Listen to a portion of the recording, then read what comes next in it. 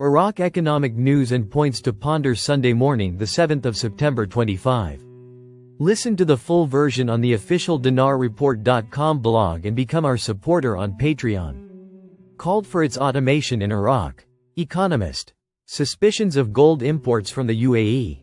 Baghdad today. Baghdad economic expert, Manar al-Abidi, revealed on Friday, September 5, 2025, suspicions of gold imports from the United Arab Emirates, calling for the complete automation of the gold sector in all its stages. Al-Obeidi said in a post on his Facebook account, followed by Baghdad Today, that official data issued by the UAE Statistics Authority indicates that the volume of UAE exports to Iraq in 2024 amounted to approximately $33 billion, distributed as follows. $12.8 billion in precious metals, mostly gold, $6.3 billion in electronic devices, the largest portion of which is mobile phones, $5.1 billion in cars, in addition to $2.3 billion in electrical and mechanical devices.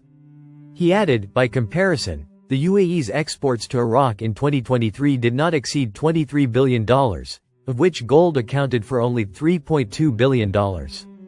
He explained that, this significant increase in gold imports in 2024 raises legitimate questions, especially given that one of the main reasons for this is the use of gold as an alternative means of financial settlement in trade with some countries, in addition to its ease of liquidity in markets and its use in various financial transactions.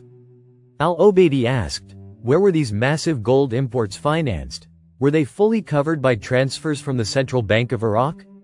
He explained, if so, this is despite the regulatory regime implemented since 2023, which limited the ability of dozens of Iraqi banks to conduct foreign transfers, and focused oversight on the remaining banks.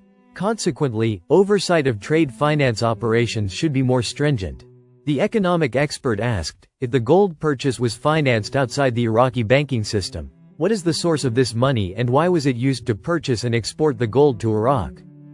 Al-Obeidi pointed out that, data for the first quarter of 2025 indeed indicates a sharp decline in UAE gold exports to Iraq by 52% compared to the same period the previous year. However, the reasons for the significant jump in 2024 and subsequent decline in 2025 remain unclear, which calls for a serious pause. The fact that more than 12% of Iraq's total imports go to cover gold imports requires careful monitoring, starting with identifying the sources of financing for this commodity, moving on to its transport channels and the ports through which it entered the country, and ending with the identity of the importers and the uses of this gold. The economic expert emphasized the need for economic policies to move toward fully automating the gold sector in all its layers, and to prohibit transactions except through monitored electronic payment channels, enabling tracking of sales and purchases and identifying the ultimate beneficiary of these large quantities. The goal is not only to meet Iraq's actual need for gold, but also to prevent its use for purposes that could harm the national economy and undermine confidence in the Iraqi banking system. Bank deposit growth and cash credit decline in Iraq. Energy and Business, the 6th of September 2025. Shafaq News. Baghdad. The Central Bank of Iraq announced on Saturday that bank deposits in the country grew for June 2025, while credit growth registered a slight decline. According to bank statistics reviewed by Shafaq News Agency, total deposits at banks operating in Iraq reached 117.439 billion dinars, a 1.7% increase compared to 115.360 billion dinars in May. The bank indicated that central government deposits amounted to 37.822 billion dinars, public institutions' deposits amounted to 25.460 billion dinars, while private sector deposits amounted to 54.157 billion dinars. In contrast, credit growth declined slightly by 0.01% in June, reaching 71.431 billion dinars, compared to 71.504 billion dinars in May. Credit extended to the central government amounted to 24.680 billion dinars, to public institutions 2.454 billion dinars, and to the private sector 44.349 billion dinars. Al-Sudani. Iraq's oil reserves amount to 150 billion barrels and will supply the world for more than a century.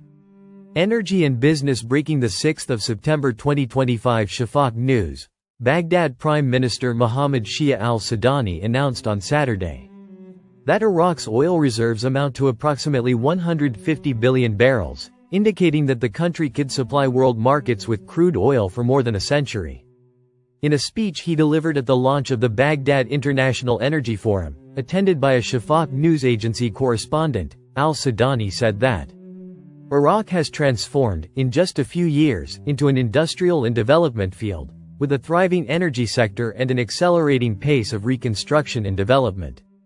He added that Iraq's oil reserves amount to 150 billion barrels, ranking it among the highest in the world. Al-Sudani also pointed out that Iraqi oil will continue to supply global markets for at least 120 years, arguing that Iraq's export share is not commensurate with the size of its reserves. Production capacity, population size, provision of services, and aging. He expressed his hope that Iraq's oil share would be reconsidered in line with actual capacity indicators, stressing openness to oil companies interested in investing in oil and gas.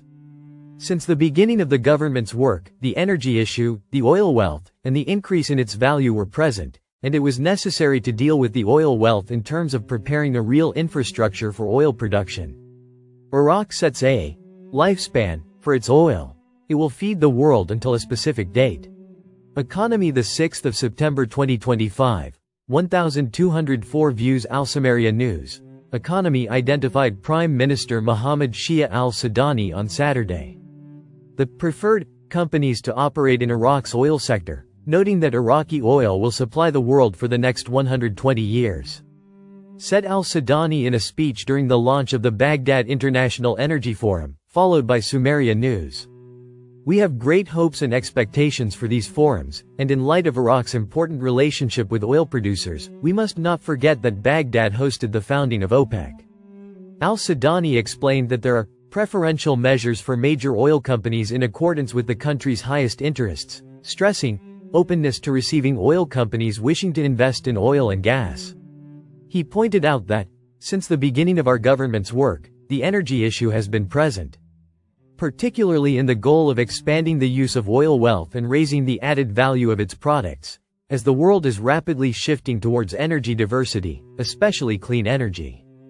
He emphasized that, we see the gas sector as a strategic economic option that enhances Iraq's energy security and represents an opportunity to build infrastructure supporting the electricity sector. He pointed to the end of associated gas flaring and the full utilization of 1,300 million standard cubic feet, as we have exceeded 70% of gas reuse, achieving a complete end to flaring within 2 years. He explained that, Iraqi oil will continue to feed global markets for more than 120 years, and we are working to transform Iraqi oil into high-value products. Planning. The development plan focused on activating non-oil revenues. Yesterday, 11:36 Baghdad, INA, Mohammed Al-Talibi, the Ministry of Planning, affirmed on Saturday that the 5-year development plan is flexible and responsive to changes, including economic, security, and climate crises, and prioritizes service projects. The ministry noted that the development plan focuses on activating non-oil revenues. Planning takes into account all variables and sets the worst possible scenarios to at least minimize and overcome their impact, Abdul Zahra al-Hindawi, a spokesman for the Ministry of Planning, told the Iraqi news agency, INA.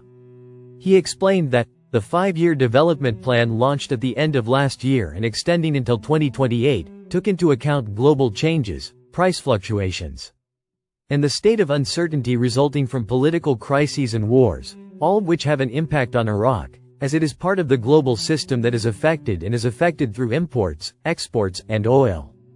He added, the ministry has moved towards activating non-oil activities, such as agriculture, industry, and tourism, in addition to developing the tax system and maximizing revenues from various sources, to reduce the impact of global and even domestic variables.